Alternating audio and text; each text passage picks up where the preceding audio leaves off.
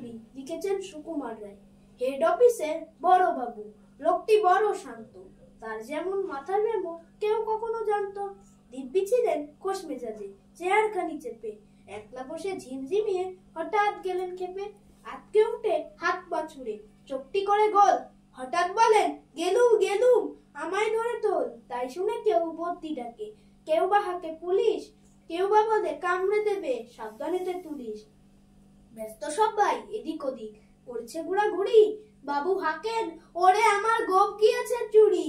গোপ হারানো আজব কথা, তাও কি হয় সত্যি? গোপ জোড়া তো তেমনই আছে, কমেনি এক রত্তি। সবাই তাকে বুঝিয়ে বলে, সামনে ধরে আয় না, মোটেও গোপ হয়নি চুরি, কখনো তা হয় না। রেগে আগুন তেলে বেগুন তেরে বললেন তিনি, কারো কথার দাঁড় দাড়ি নেই, সব বেটাকেই চিনি।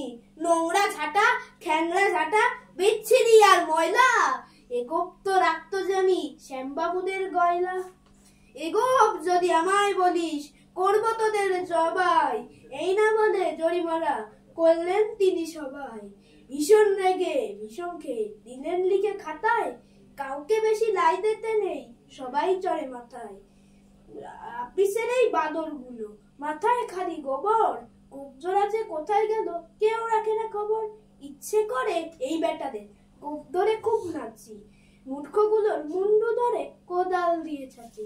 গোফের আমি গোফের তুমি তাই দিয়ে যায় চেনা, গোফের আমি গোফের তুমি তাই দিয়ে যায় চেনা। সবাইকে ধন্যবাদ।